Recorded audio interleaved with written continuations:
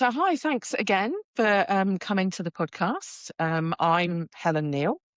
This is Neurodivergent Nook, and we are going to be talking today about autistic energy. Just to introduce myself quickly before we start, I'm a counsellor and also autistic ADHD.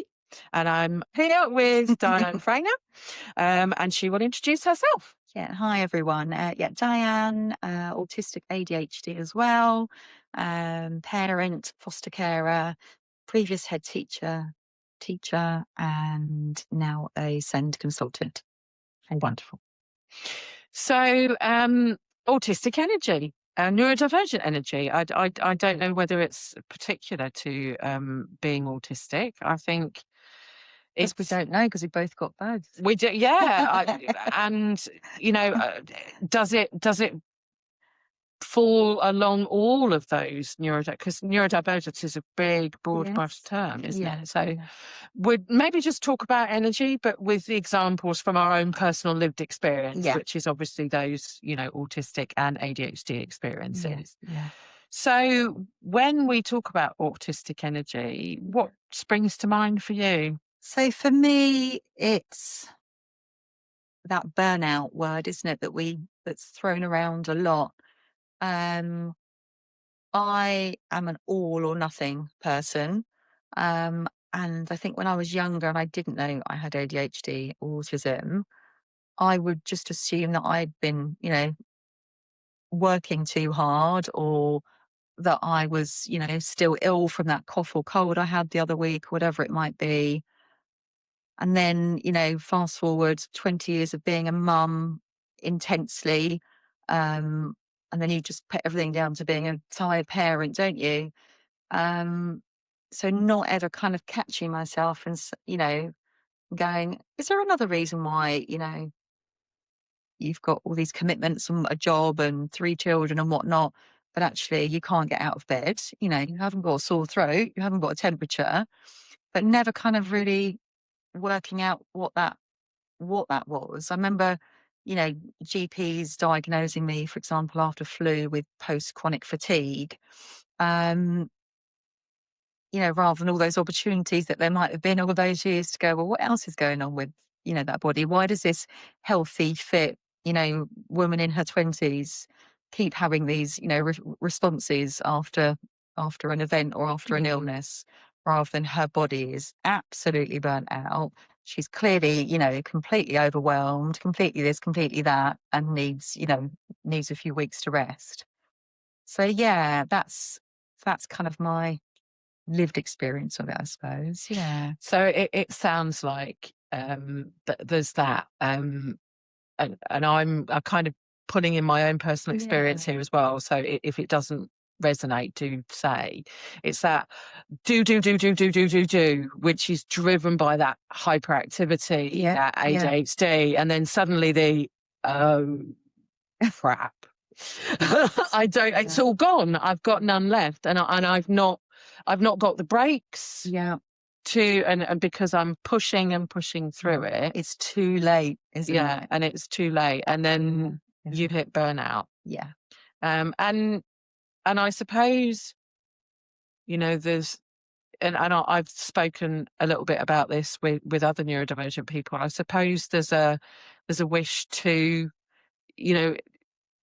say, well, if we deal with this, we'll never get burnout again. But that's just not realistic, is it? Doesn't work. It just doesn't work like that. No. That because of the way that we're wired, I guess. Yeah. And that's, if you weren't ever going to do that again, you'd have to be completely rewiring your brain, wouldn't you? And you can't do that. No, no, you really can't. I think, I remember about 4 or 5 years ago. So, about 4 years ago, after the pandemic, and I was a head teacher. I remember thinking, I need to take a couple of weeks off. I'm really, really worn out. Just completed 2 years of the pandemic in a school, and I'm going to say to my governors, I need a planned 2-week break. So I thought I was being really organised, rather than my brain and my body starting to kind of feel like it was shutting down. I ignored those kind of crisis signals and just like, no, I just need some time off. which resulted in 8 weeks of being off work, absolutely fatigued, ended up in A&E, doctors trying to throw all sorts of antidepressants down my neck, which I was avoiding. And obviously on reflection, knowing now that that was just absolute autistic and ADHD burnout from somebody who was trying to, manage a family, during COVID and run a school, with which, was obviously education was in crisis as well. And I remember saying to my dad, my role model, a few weeks in, I said, I don't think I'm depressed. I said, I just feel really lost. And I said, while you're talking to me, him and the family, I just sort of said, I feel like I'm in a swimming pool and I can hear you above the water and it's all muffled, but I can't kind of get my head up to hear what you're saying properly.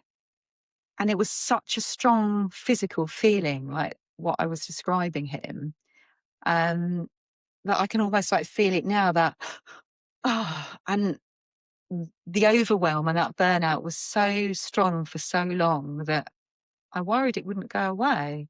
Yeah, which it did eventually. And I went back into my school and, chaos began again. But yeah, that was a scary burnout that I didn't know would last so long. I mean, I don't know whether you've ever I, experienced something like that. I tend to actually see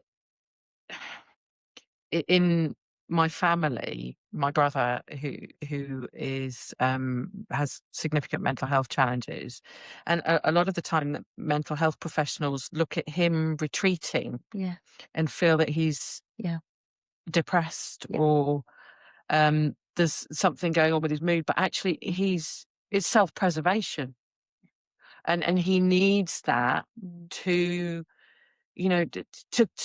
I always feel like saying dial it down, yeah, yeah. because Perception. the sensory stuff is too much for him. Yeah. And he needs to be in a place where he just feels safe. He can focus on his special interests, Yeah, yeah. which might be, Yes. whatever for anybody. For him, it's reading, Right. and that is restorative. And Mm.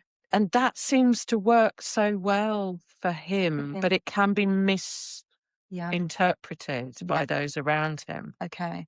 And, by the sounds of it, that self-preservation, he's just taking everything just back to that real basic, meeting those basic needs, isn't it? Yeah. And we don't live in a world that approves that, do we? No, we were talking about, how do you step away from a head teacher role in a way that, Yeah. and that's because of the push for productivity for everybody, which Yes. drives me Yeah. Yeah. insane. Yeah. Rather than, rather than allowing that person to have that space to do that, and go through that process for however long that person needs, I mean, I felt, and I put that pressure on myself, which then kind of, I think, made the lack of energy even more so. That I needed to get back. I needed to get back. I was missing that meeting. I was missing that meeting. What about that child? What about that family? So certainly the first 3 or 4 weeks, I maintained that, that mental burnout. I continued that. Um, and it wasn't really until my body was like, well, I'm going to give you a migraine. I'm going to daily, I'm going to make your body ache. I'm going to make you exhausted. I'm going to reduce your stamina. Did I then go, okay, I can't actually physically go to work or think about work now. But on the flip side, my recovery that was about being mindful. That was about taking my dogs for a walk. That was about going, walking. Walking was my thing.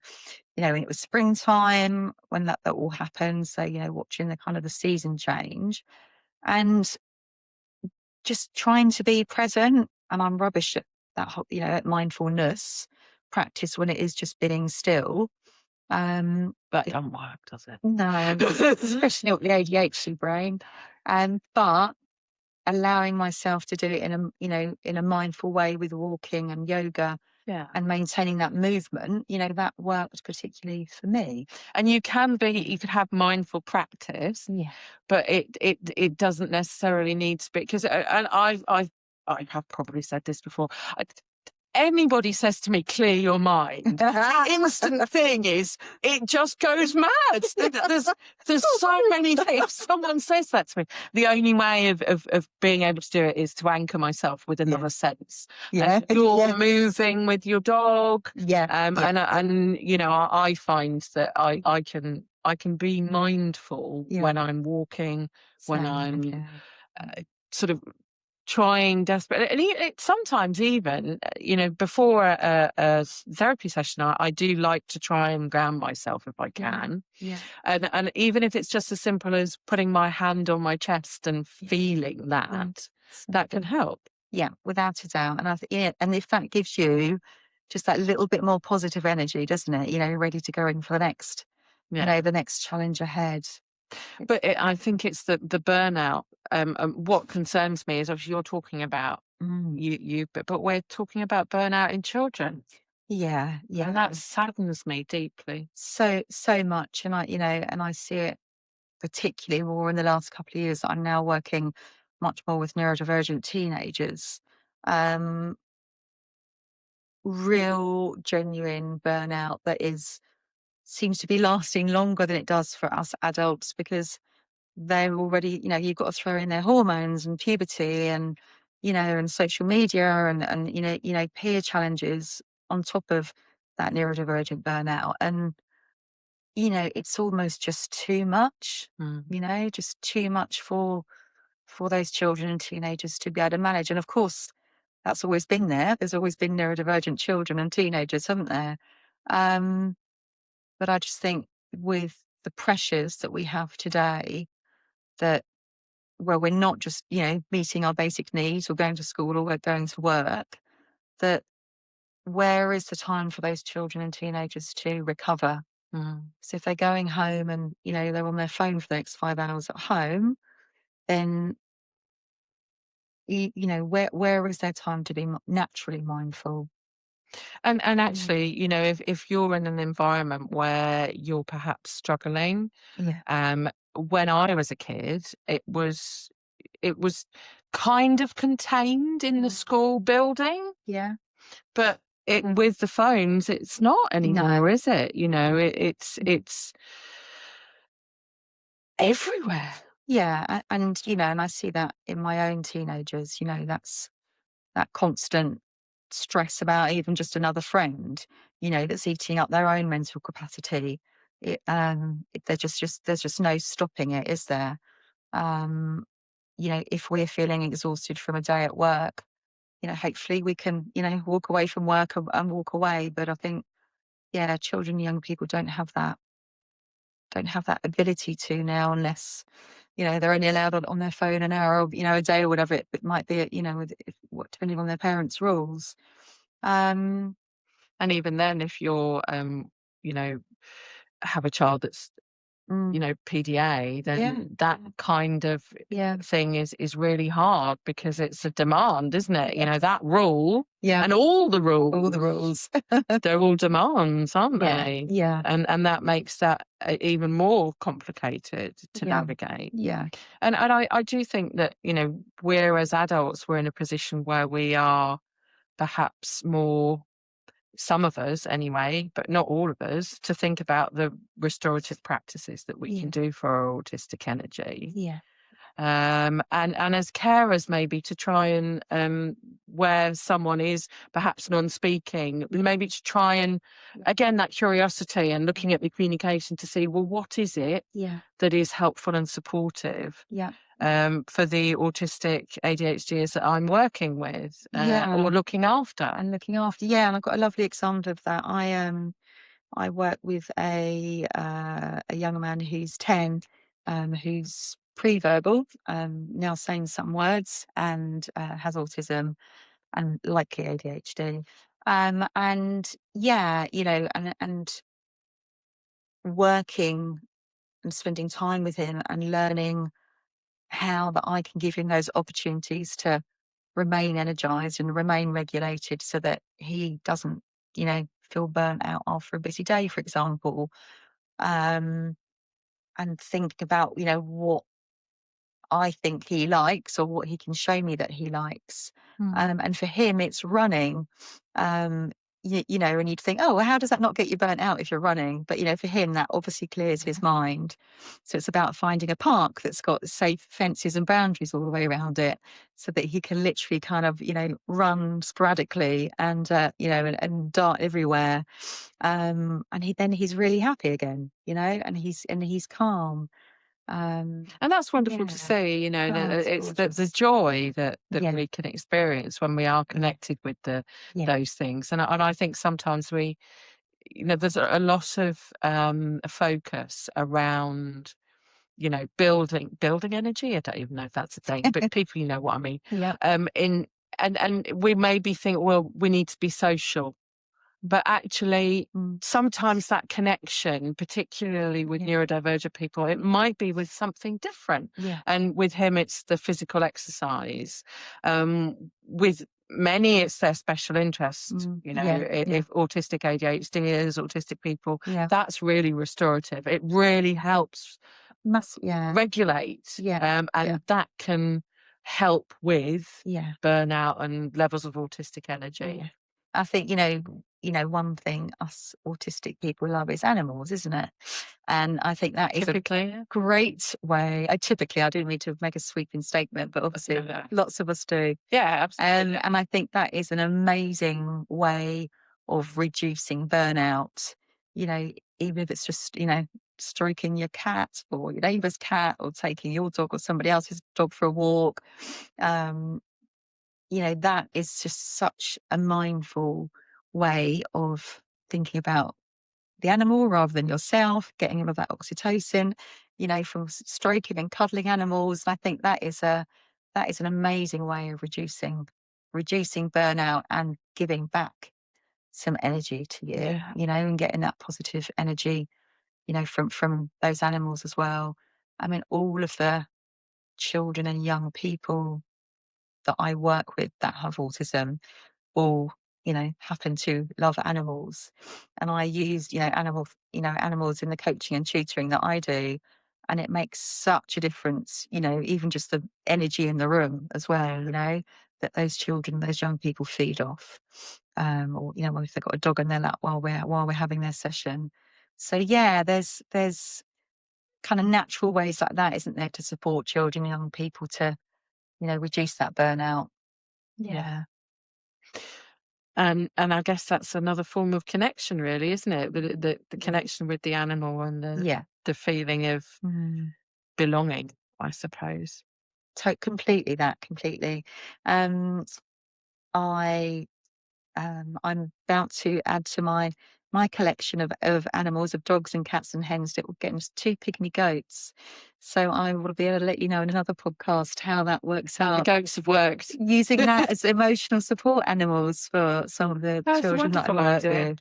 Yeah, and I think, and again, isn't it? It's if you're doing that kind of thing, gone down a bit of a rabbit hole talking about animals now. I'm very conscious of that. That provides, it provides energy for the children that I spend time with and that I work with or that I care for. So for me, that's a great strategy that I found that works for not all, but lots and lots of the children. Yeah. Thank you so much. I think it's a good time to finish. And I think largely we've covered the experiences around burnout, or maybe we'll talk about some things, maybe a little bit more about autistic energy theory, like spoon theory and things like that. Yeah, that'd be good. Which we can do on another day. So thanks so much to everybody. Thank you. And we hope that you've enjoyed that, and maybe you'll see you again soon. Yeah. Please write comments and ask questions. We'd really appreciate that. Really do. And tell us what you want us to cover. Yes, absolutely. Otherwise, next time, that would be great. that would be really helpful. Thanks a lot. Thank you.